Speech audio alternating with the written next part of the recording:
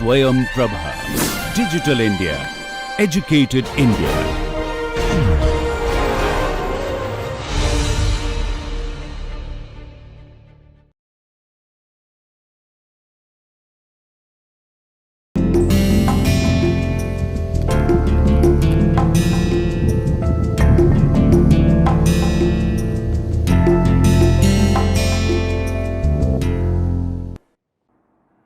Namaste. In this lecture number 5, before we move on to next stage in our discussion, it is worth recapitulating some of the key aspects of the methodological engagements in the classical sociology that we discussed in the previous lecture. We revisited the Trinity, Durkheim, Marx and Weber, with specific eye at their respective way of seeing, at their methodological engagement. Each is distinct despite some of the shared concerns. Durkheim takes us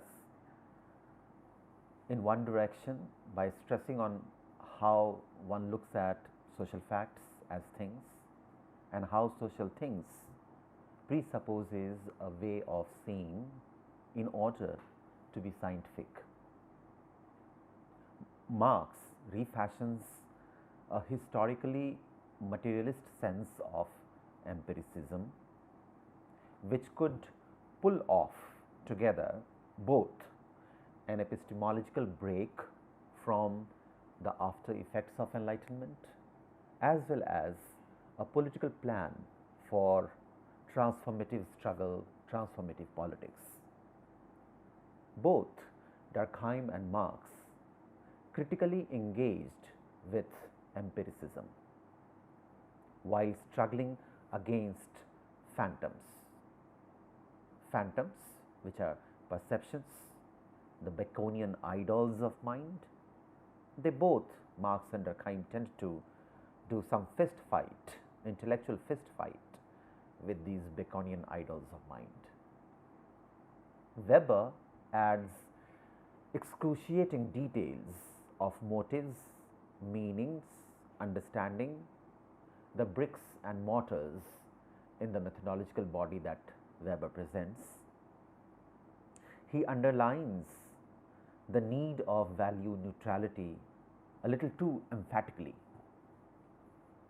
There is a qualitatively intriguing struggle against the phantom of mind in Weber's scheme of analysis, as Weber adopts the Kantian premise and acknowledges the significance of everything that could be irrational or non-rational in ultimate analysis.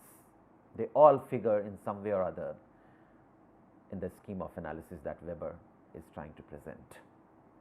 In each way of seeing, there is negotiation with and critical revisiting of predecessors. There are notes of departure in each strand of thought, marshaled for a way of seeing, yet they all, in the Trinity, expect the performance of extraordinary from the seekers of knowledge and doers of sciences. Each invites us to fight against the phantoms, idols of mind, camera obscura, subjective meanings, all those things which are inaccessible to rational reworking, to rational scientific epistemology. Everything that can be common with the ordinary folk turns out to be suspicious in these ways of seeing.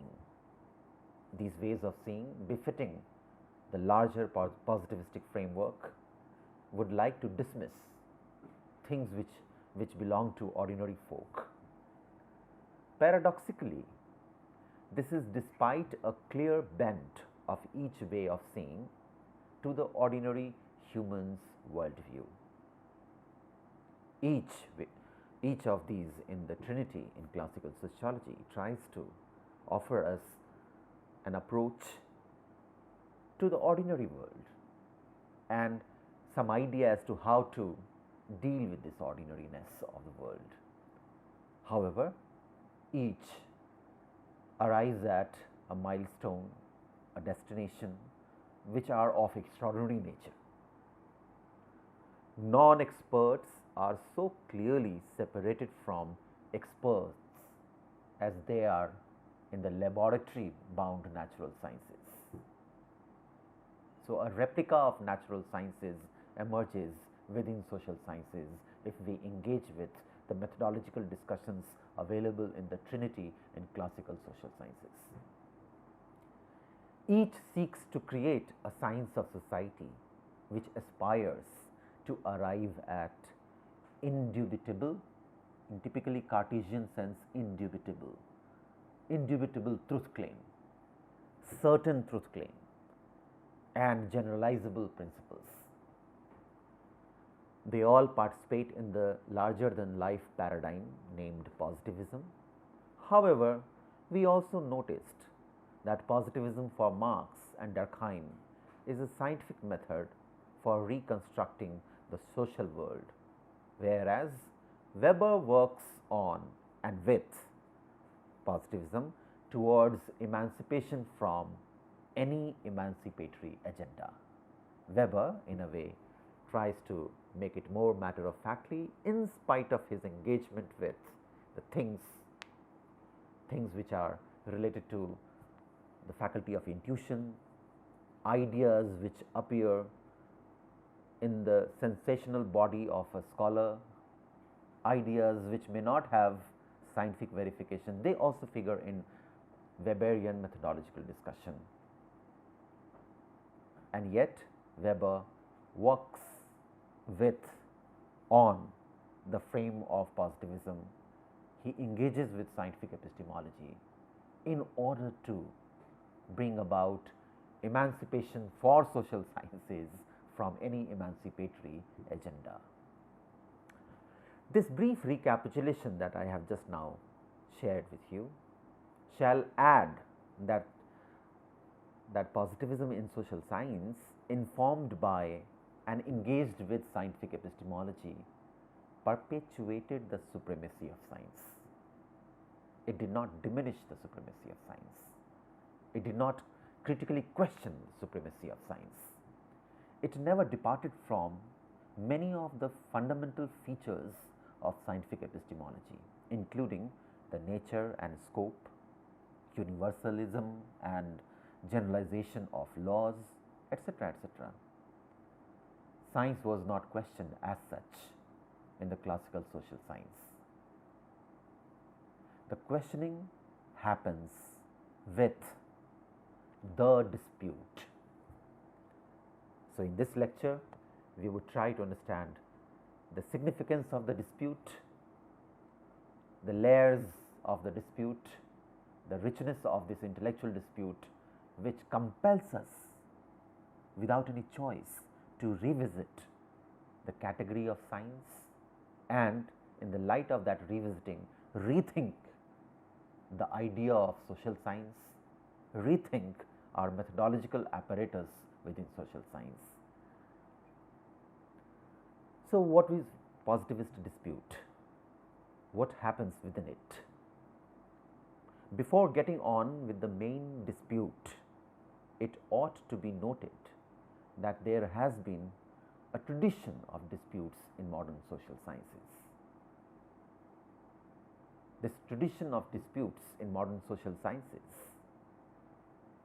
can have certain kind of inspiration from so-called non-modern or pre-modern traditions of intellectual debates. Traditions of intellectual debates bring about several episodes of scholars, philosophers entering in duel. There are varieties of systematic ways of public debates among scholars of Mimamsa philosophy, Nyaya philosophy, Buddhist epistemologists. They all indulged themselves in the context of South Asia in civilizational setup, in historical setup, they all indulged in severe criticism, logical argumentation against each other. Those public debates were reflective of a very rich tradition of entering in debates which are otherwise not so common these days because of the intellectual politics of certain kind, because of the regime of power of certain kind. We do not know, we cannot be conclusive as to what are the reasons which scuttle our age-old traditions of intellectual disputes. It is in that kind of situation that a dispute in social science, modern social sciences, becomes so crucial for us today. In a way, classical sociological engagement that we discussed in the previous lecture also showed the possibility of dispute. In a way, positivism, in a way, is a mild version of dispute with empiricism and the Enlightenment rationalism, in a very mild way, no doubt. As it was indicated, positivist framework runs short of alternatives in the wake of a predominant scientific epistemology. Many of the classical sociologists gave us very clear indication that there is need to critically engage with the offerings, the wisdom, the propositions, the arguments of the predecessors in the Enlightenment movement, as well as some of those predecessors who became the forerunners of modern social sciences.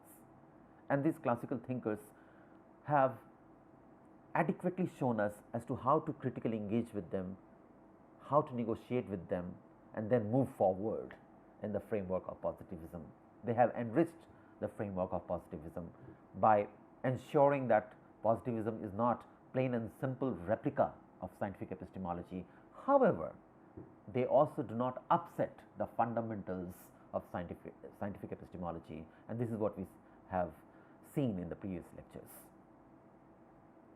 And hence, a dispute with and about positivism is instrumental. A dispute on the characteristics of science became prominent with the positivist dispute in Germany.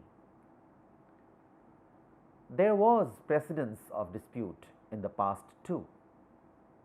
Perhaps most decisive for social sciences was a discussion in 1909 that underlined the possibility and limits of a normative social and economic science. Someone like Knapp and Max Weber, among others, argued whether it is important for economics in particular and in social science in general to participate in the political life. Weber was of the view that scientific activity shall stay above the political activities. But the positivist dispute, also known as the positivism debate in German sociology in the decade of 1960s, gave birth to new possibilities. Seemingly, the making of the dispute comes into picture with the formation of a particular school of thought, famously known as the Frankfurt School, which was contemporary of the Vienna Circle. We had touched upon the logical positivism of Vienna Circle in the previous lecture. And coming back to Frankfurt School, it exhibited critical engagement with the logical positivism of Vienna School. It, in a very sophisticated theoretical manner, Frankfurt School expressed its discomfort with the logical positivism.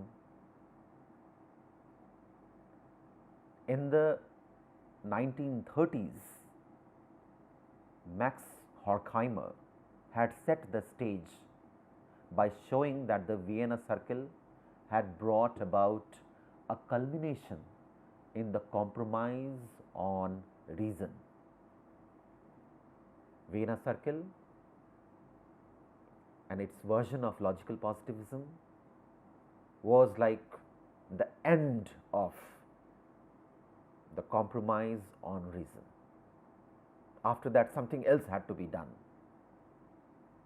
Even though one cannot discredit the significant skepticism, for example, of David Hume, and the philosophical interest in the idea of intellectual rationalism that characterized the Enlightenment, there was sufficient evidence of the anomalies of science, scientific way of seeing, and the poor clones such as several disciplines in social sciences trying to emulate the methodological orientation of science, natural sciences, trying to emulate scientific epistemology.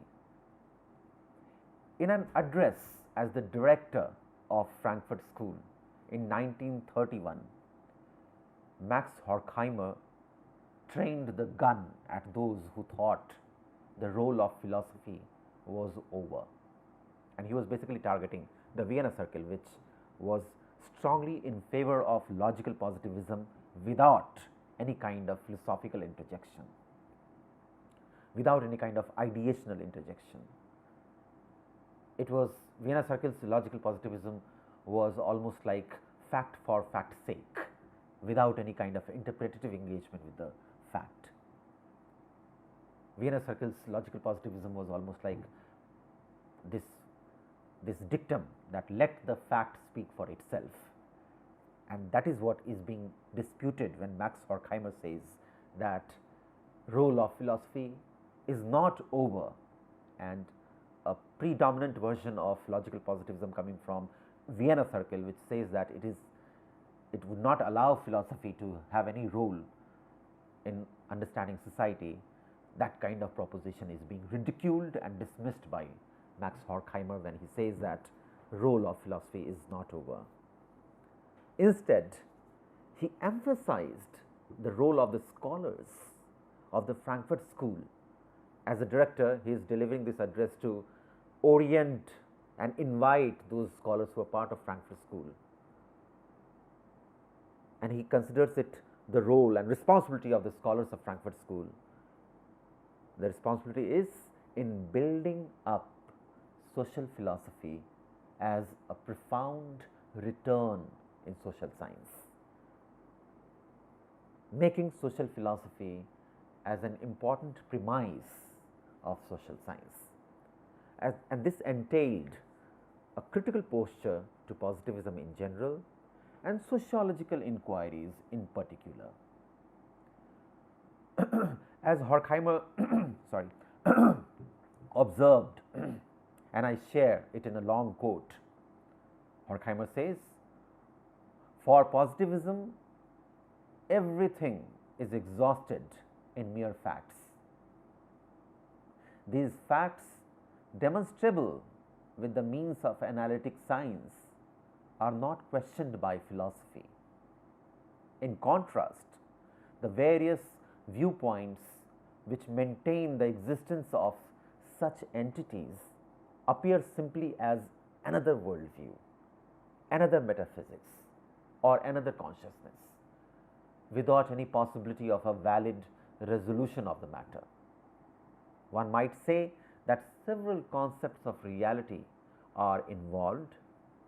It would be possible to investigate the genesis of these different concepts, or to which kind of innate sensibility or social group they correspond, but one cannot be preferred to another on substantive grounds. Now, it is precisely in this dilemma of social philosophy," quote continues, "now it is precisely in this dilemma of social philosophy, this inability to speak of its object, namely the cultural life of humanity, other than in ideological, sectarian and confessional terms. The inclination to see in the social theories of Auguste Comte, Karl Marx, Max Weber and Max Scheler differences in articles of faith rather than differences in true, false, or at least problematic theories. It is in this dilemma that we find the difficulty that must be overcome. Of course, the simultaneous existence and validity of various concepts of reality is an indication of the contemporary intellectual situation as a whole. But this variety is rooted in different areas of knowledge and spheres of life, not in one and the same object domain. Thus, for instance, the constitutive categories of philology and of physics may diverge today so greatly that it appears difficult to bring them under one hat. But within physics itself, indeed, within the sciences of inorganic nature as a whole, no such tendency exists to develop irreconcilable concepts of reality. The opposite is the case. Here, the corrective is supplied by concrete research on the object. Quote ends. It's a long quote from the speech delivered by Horkheimer, and this quote anticipates critical comprehension of the classical masters' philosophies, and it also anticipates an action plan for the group of scholars who did not take positivism for granted.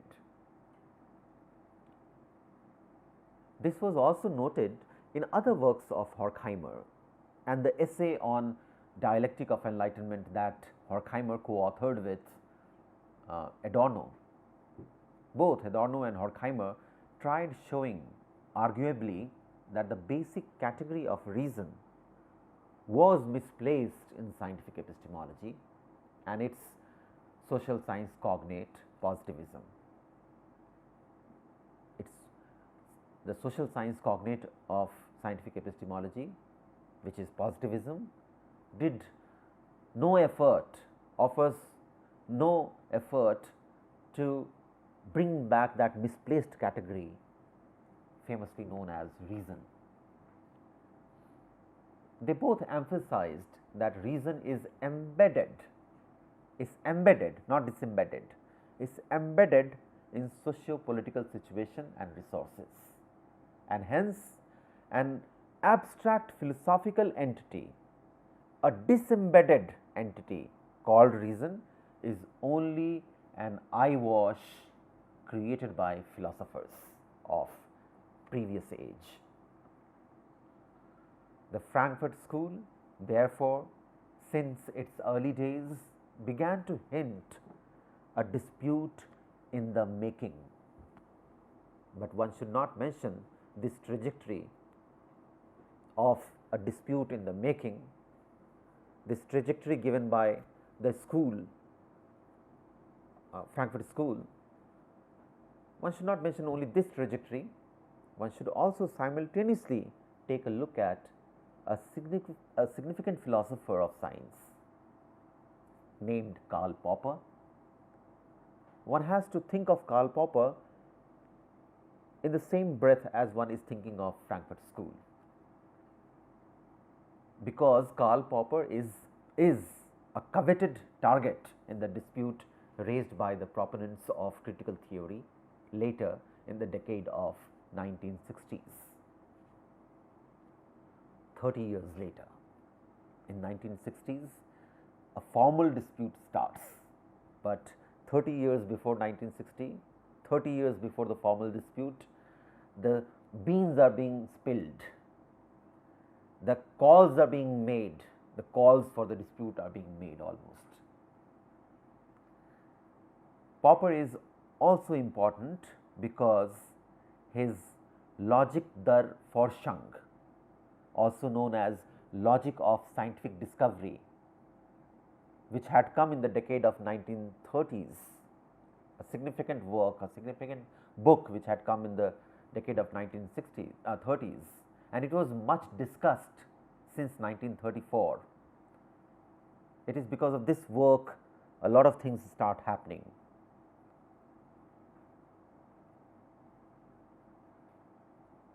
In the light of this work of Popper, one learned what Popper was trying to offer, and Popper considered all the activities that displace metaphysics or such sources in the name of science as pseudoscience. Pretty radical for Popper. For a rationalist philosopher, Karl Popper, it's quite radical statement that he makes, that all activities that displace metaphysics or such sources in the name of science, they are pseudoscience. Be it Marxism, and he names them, Popper names them, be it Marxism or psychoanalysis of Sigmund Freud, be it the body of thought coming from Karl Marx or the body of thought coming from the practices and ruminations by Dr. Sigmund Freud. In both, there is a lack of risk taking equivalent of, say for example, physics. In both Marxism and psychoanalysis, there is this lack of confidence that we see in, say for example, in the field of physical sciences, in physics. Instead, the pseudoscience's prerequisite is a converted follower, a quasi-religious status. Pseudosciences they derive their credibility from a dedicated, already converted followers. Pseudosciences derive their legitimacy from a quasi-religious status. Hence, what they perform mostly is accumulation of corroborating evidences. They consciously accumulate evidences which will prove their thesis. They consciously accumulate confirmation of the theory dear to them. They do it pretty self-consciously, following their own agenda and objectives. They go on accumulating verification of their theory in the light of the suitable evidences. Popper presents an elaborate thesis in which modern science is seen as emerging from optimistic epistemology. If following this optimistic epistemology, according to Popper, it was suggested, following this optimistic epistemology, it was suggested that man can know, thus he can be free. I am quoting Popper. Man can know, thus he can be free. This is optimistic epistemology. It has a great deal of faith in humanity, humanity's ability to know and therefore be free. This was when epistemology was not impotent. This was when epistemology had an array of philosophers from Plato who would give a theory of anamnesis, or Francis Bacon who would give a theory of veracitas naturae, or René Descartes who would follow a theory of veracitas Dei, to further down Bertrand Russell, Immanuel Kant. All of them dwelt upon some kind of optimistic epistemology, holding human capable and possible to achieve freedom. But this optimism was paradoxically enough faced with an epistemological pessimism. Karl Popper highlights this Janus-faced epistemological position in the modern Western philosophy. On one hand, there is this optimism that humans can, on the other hand, there is a pessimism that humans are essentially depraved and incapable of self-regulation. From humans can, we come to this point, which is equally an essential part of the scientific epistemology, that humans are depraved, they can't regulate themselves, they join in the Hobbesian war of one against the other. There is a jump from Plato's Meno or Republic or Phaedrus that reveals the pessimism. The divine man with essence, knowledge, the Platonic divine man with essence becomes prisoners of cave. Prisoners of cave? Ignorance. Prisoners of ignorance. This is seen in Francis Bacon as well as in René Descartes, who on one hand would celebrate inherent ability of men and meanwhile propose to cleanse of doxa, idols or sensations of body. We see in them a hierarchy of sense organs appearing, a hierarchy of the unit of knowledge appearing, a hierarchy of epistemes appearing, and that hierarchy is being underlined here by Karl Popper. Hence, a resplendent authoritarian theory emerged because of this paradoxical epistemological understanding of the men's ability. A resplendent, I am using the word of Karl Popper, a resplendent authoritarian theory emerged to support an epistemological and concomitantly, consequently, political authority to regulate the envisaged vulnerability of mankind. Because humans are vulnerable, hence authority needed. That authority can act as scientific authority in a scientific institution. That authority can act as a scientific authority, as a political authority in a political institution. That authority can also act as social authority in social institutions.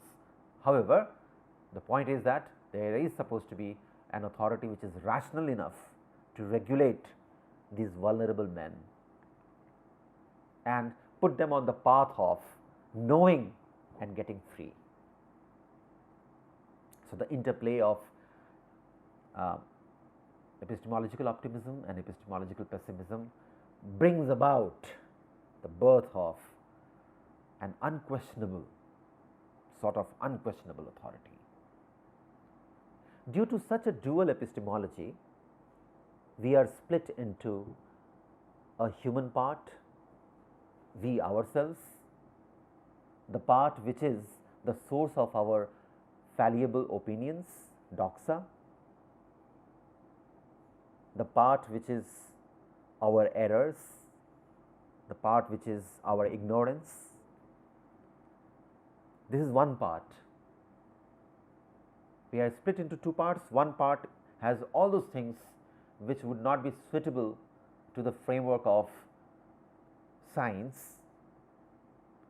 One part which is not suitable for the list of normativity dear to most of the authorities,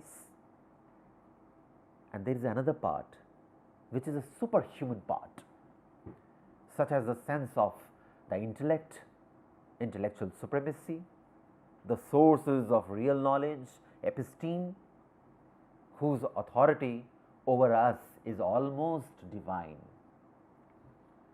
So, there is this mortal part which is very vulnerable, and there is almost this immortal part which is held pristine, pure, unquestionable. Humanity is divided.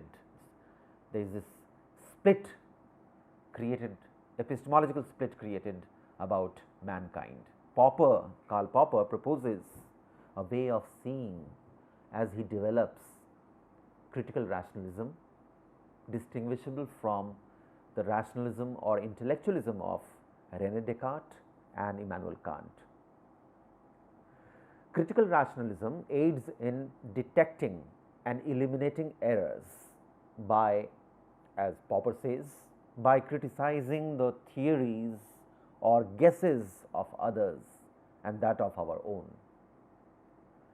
This is an ability, critical rationalism is a kind of ability that makes one admit what? In Karl Popper's word, this ability makes one admit, I do not know.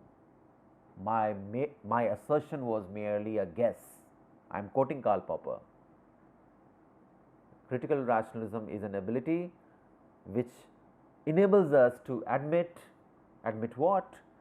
Karl Popper says, admit that I do not know, my assertion was merely a guess. This is too much of self-confidence which is required to say this. This is the way to rescue science from pseudosciences. Pseudosciences which operate with the idea of inductivism and verification do not offer us this possibility of merging the gap between the epistemologically split personality of mankind.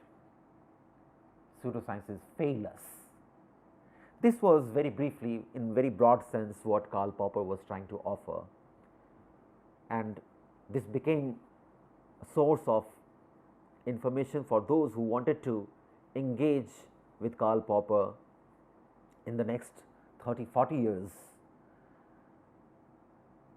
As I told you, in the decade of 1930s, Karl Popper was already being engaged in debates in the Vienna Circle scholars. The logical positivists from Vienna Circle wanted to take interest in Karl Popper, thinking that he is in support of logical positivism. He is in support of logical positivism, and Popper's thesis is against a variety of positivism which is not as pure as Vienna Circle's logical positivism. And under that misunderstanding, there was some engagement by Vienna Circle with Popper's thesis, only however to realize that no, Popper is critical of positivism in general. Popper is critical of the scientific epistemology which has given birth to pseudosciences, and therefore Popper becomes the main philosopher to engage with for some of those sociologists in Germany who wanted to formalize this debate in the decade of 1960s. So, what is the dispute? Popper's critique of logical positivism as well as the questionable tendencies in social sciences resurfaced in his presentation of 27 theses on the logic of social sciences. He was invited in a conference of the German Sociological Association at Tübingen in October 1961. Adorno presented his counter thesis following the presentation of Popper's thesis. Ralph Dahrendorf, another sociologist, was the chair of the symposium, and he delivered remarks on both the presentations. Popper was requested by the organizers of this conference to present his thesis in points and not get into philosophical discourse, which is very usual of the philosophers. So, Popper very methodically, systematically presented a 27-point thesis, mostly targeting the logic of social sciences. This was the beginning of the dispute, which also continued later on. Another round of debate as part of the same dispute can be seen between Jürgen Habermas and Hans Albert in 1963 to 1964. So, there are many appendages of the dispute, but we would be primarily focusing on this genesis, the dispute as it happens in 1961 and where it leads afterwards, what kind of revisiting of science happens. So, what does Karl Popper do in those 27 theses? Very briefly, I am not going to share all the theses with you, but traversing through the 27 theses in his presentation, Karl Popper creates a twist to Socratic idea. And what is the twist? the more we know, the more aware we are of our ignorance. So, this is the twist. If Socratic emphasis was only on ignorance, Popper adds the idea of knowing, and how idea of knowing is actually enabling to be aware of your ignorance. Popper says, and I quote, "Knowledge starts from the tension between knowledge and ignorance." Very simple. The very starting point in the act of knowing is this recognition that there is a tension between knowledge and ignorance. This is true that we start with a problem, something. Problem means there is something in your mind. You start with a problem, that is something of which we are aware. We are aware of this problem. We are aware of something. Most of our social science is about the problem. Most of us try to deal with some problem, and for which we seek to offer solution. Most of the social science is all about finding a problem and offering a solution. These fundamentals prepare the ground for Popper to deliver the most important thesis, that is thesis number 6 in the list of 27 theses. And what is that 26th thesis? That the solution for problems in social sciences are provisional and conjectural, and based on the method of trial and error, which undergo a process of criticism, attempts at refutation. Interesting. I repeat, the 6th thesis suggests that the solution for problems in social sciences are provisional, meaning temporary, for this time being, and conjectural, meaning it involves guesswork, and based on method of trial and error, which means any formulaic way is not going to work. It's trial and error. Try and find out whether it is right or wrong. It can be right, it can be wrong, but we can't start with this assumption that it has to be right. So, provisional, conjectural, method of trial and error, and it undergoes a process of criticism. Criticism means attempts at refutation. Let there be several attempts to refute this solution that one has offered through trial and error method, solution which is provisional in nature, solution which involves a lot of conjecturing. Let there be a lot of criticism, let there be attempts at refutation, and that is the only way in which a piece of knowledge in science can be credible. It can earn its credibility if it goes through the process of criticism, attempts at refutation. In Popper's own word, and I quote, "The so-called objectivity of science lies in the objectivity of critical method." This means, above all, that no theory is beyond attack by criticism, and further, that the main argument of logical criticism, the logical contradiction, is objective. So, just in case we tend to take the word objectivity as a fetish which will make your work scientific, just in case objectivity has become the most dominant fetish of social sciences, one has to remember this with reference to Karl Popper, that objectivity of social science lies in the objectivity of critical method. There is nothing called objectivity which can be planted anywhere. Objectivity is a process which entails rounds of criticism, rounds of attempts at refutation. Anyways, following Popper's presentation, the dispute that we are referring to came into shape. Though both Popper sorry, and Adorno seemed to be in agreement about a wide array of issues, including the problem of science, they both agreed that science is problematic. They both agreed on the critique of scientism. They both were not very comfortable with science's belief in its own supremacy, its supreme ability. They were both critical. They both agreed on the idea that nature of social science is problematic. They both agreed that there is a slippery domain of relativism in sociology of knowledge, which takes us to some kind of subjective tangent altogether. They both agreed on these things.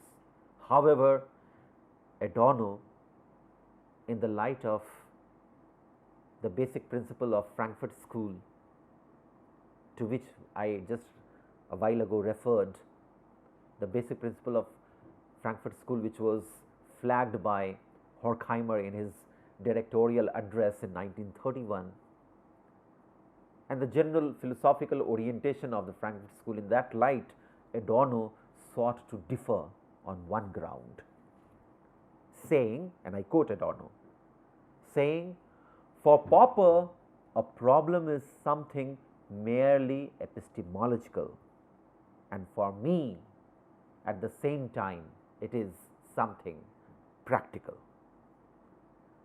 This may appear very simple interjection from Adorno, but it is very powerful. For Popper, a problem is something merely epistemological, and for me, at the same time, it is something practical. Extremely political statement it is. The intellectual politics of Frankfurt School gets revealed in this one sentence. What was Adorno doing? He underlined as a seminal problem, he underlined that science or social sciences cannot be separated from reality by any stretch of philosophical rumination. No amount of philosophical sophistry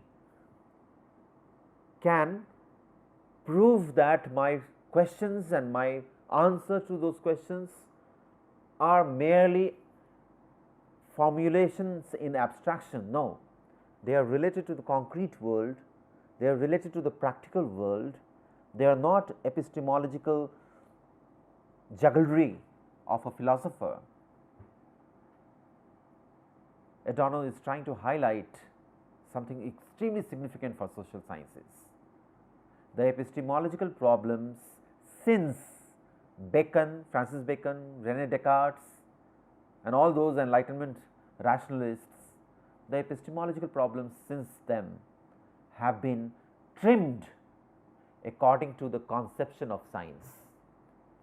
According to the framework of scientific epistemology, they have been trimmed to befit the framework of scientific epistemology. They have been trimmed. They do not reflect actual process of cognition. Likewise, Popper's idea, so this is one point rebuttal or course correction that Adorno is offering for Popper, that it is high time that we step down from the higher pedestal of a philosopher from where one tries to epistemologize everything. Everything about real world we are offering through epistemology. Our engagement with the real world is poor while we are trying to make our epistemology rich.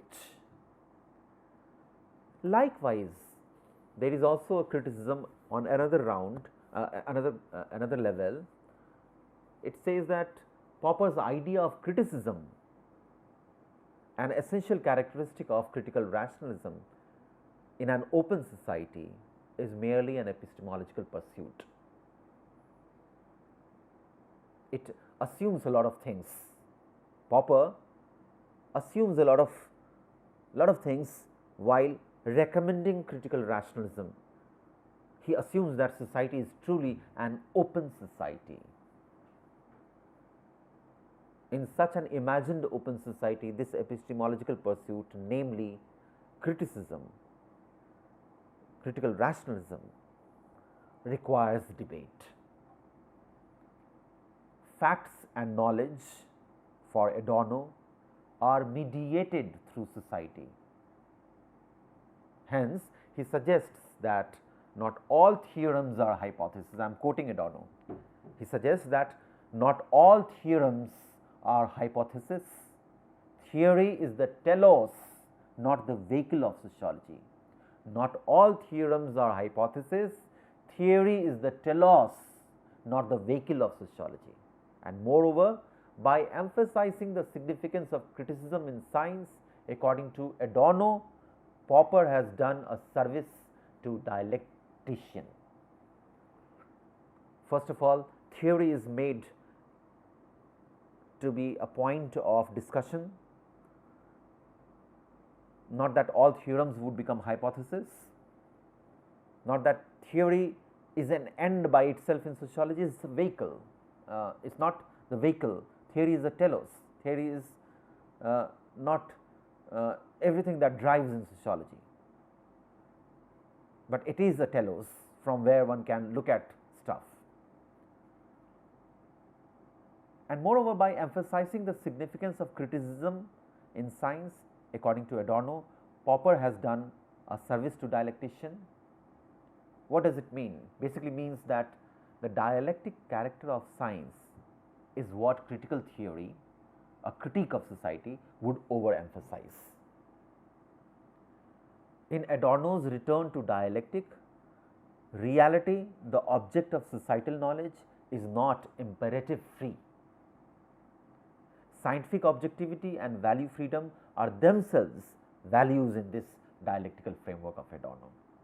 Hence, separation of evaluative and value free behavior is false insofar as they are reifications.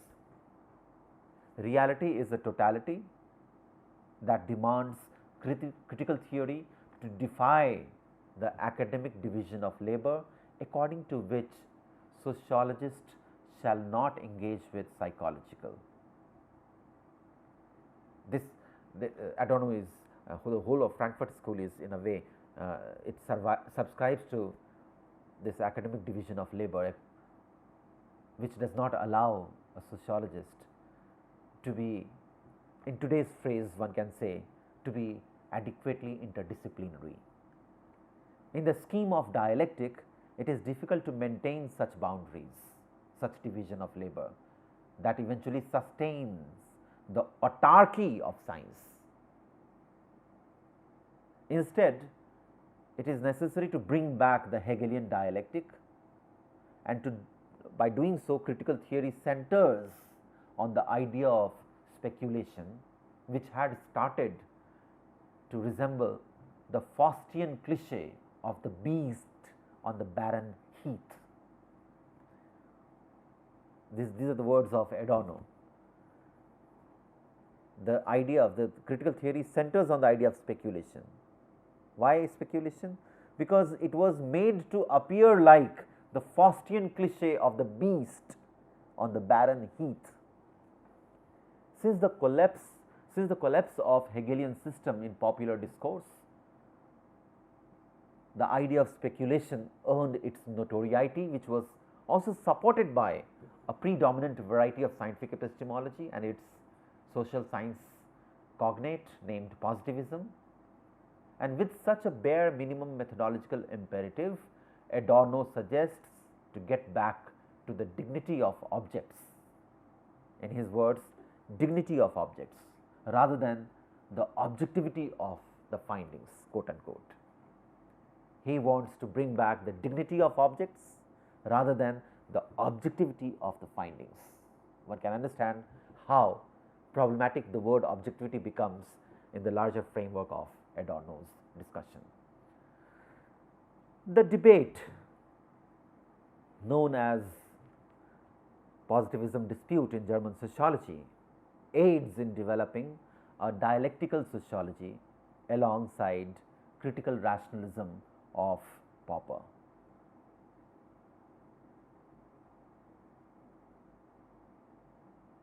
Cut. छोटा कर. So, to end this part of lecture, lecture number 5,